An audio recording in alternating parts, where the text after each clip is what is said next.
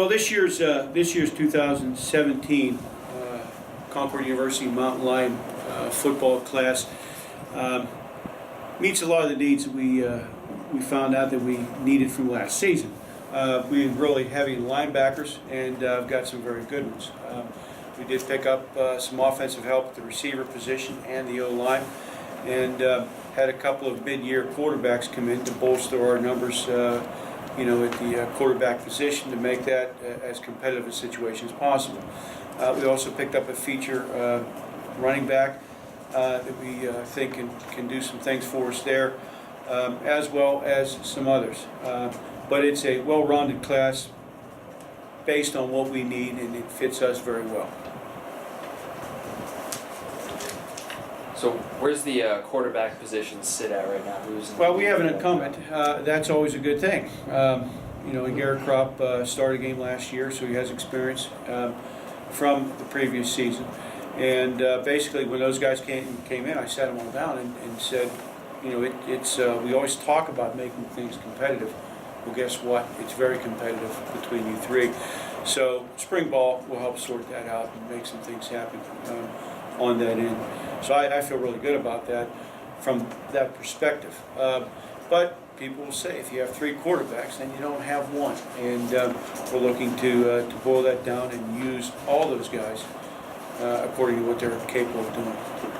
You guys are getting creative, branching out. You got three guys from California on your signing list here. Branching out. Yeah, it's when you look at mid-year guys, that's a natural place to go because of there is an abundance of junior college talent there that time of the year. So a lot of schools, not just us, do that same thing. So we did have some Californians come in. We basically Florida, Pennsylvania, obviously West Virginia and Virginia are going to be our biggest schools that we draw from. Based on the fact that those guys we get to see all year long and see them play on Friday nights, and they can come over and watch us play. So we have a little more detailed relationship with those people, so it works out well for us. The West Virginia kids, you brought in some high-quality, talented guys that can help you guys out. Yeah, I think so. Looking down the list. Caleb Lester is an all-state linebacker on an undefeated state championship team. I think he might know how to win some football games, so we want to get him up here with us and make that work.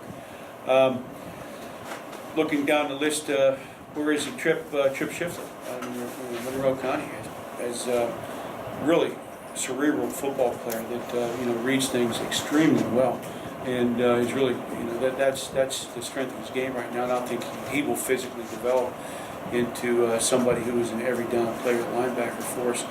So we're happy to have those two guys in particular from the defensive side. So Tate Mays had a really good career as a quarterback and he's doing a whole bunch of things at Nicholas County. Where do you see him fitting in position-wise? Well, I think that Kevin Garrett might call it a utility type player.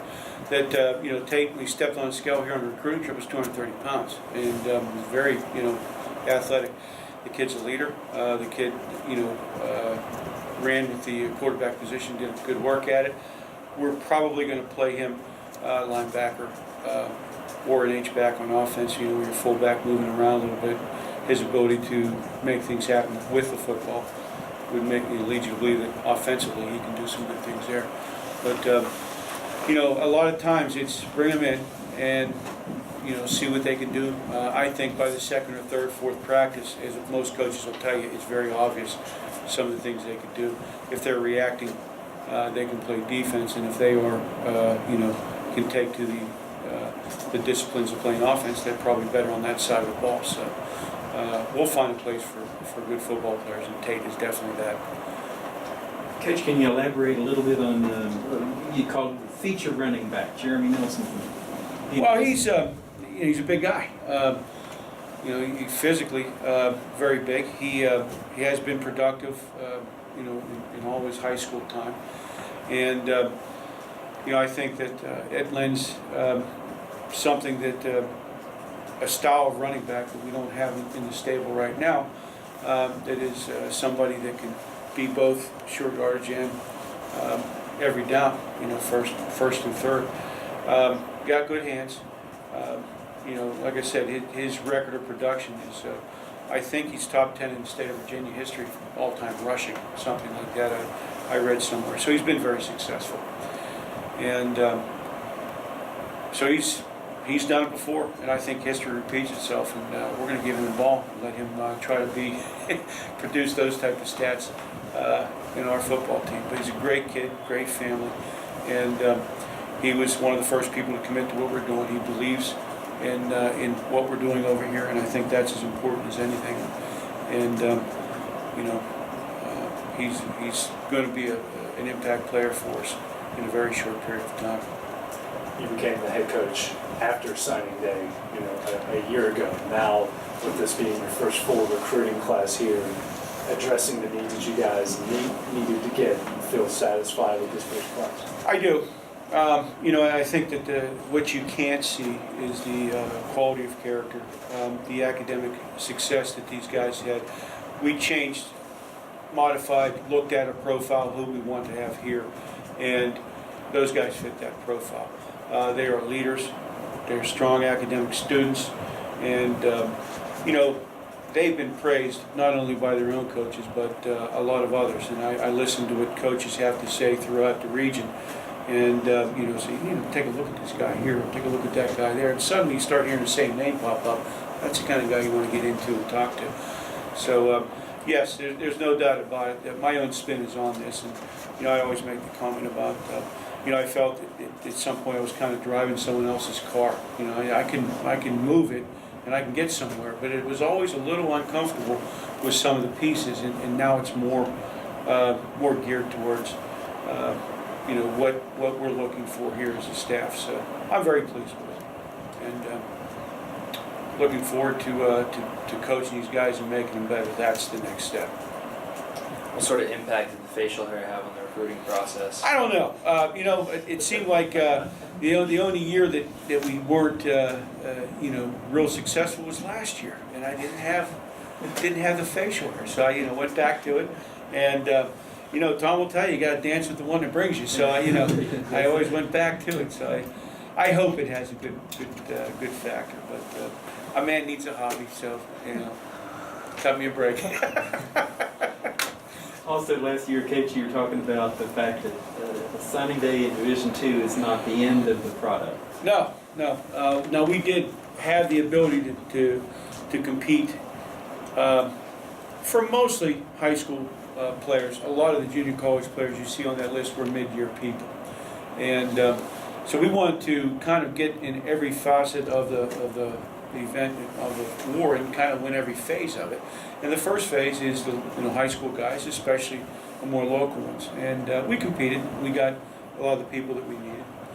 And now the next phase, I think, we'll be finishing up with some transfers and very specific needs that you might have. And we'll evaluate who we have in and what they're doing, and then modify it from there and see how we want to finish this class off. But we probably have a good 8 to 10 more people coming. Last year it was more or less, we've got 7 or 8 in, we wanted another 15 to 20. Now we have 15 to 20 and want to get another 8 in. So we're a little ahead of schedule, and that's a good place to be. Anything else? Just looking ahead, when does spring ball start?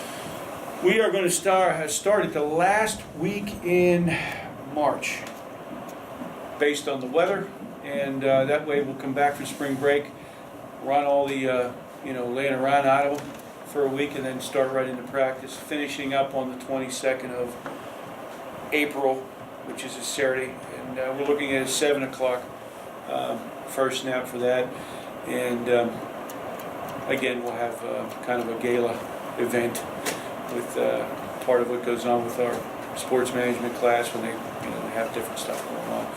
Try some different things and see where it takes us. But pleased, we still got plenty of work to do, and even if you got the perfect class, you've got to coach them right, and we've got to get after that and make that happen. So plenty of work between now and the product we put out in the field.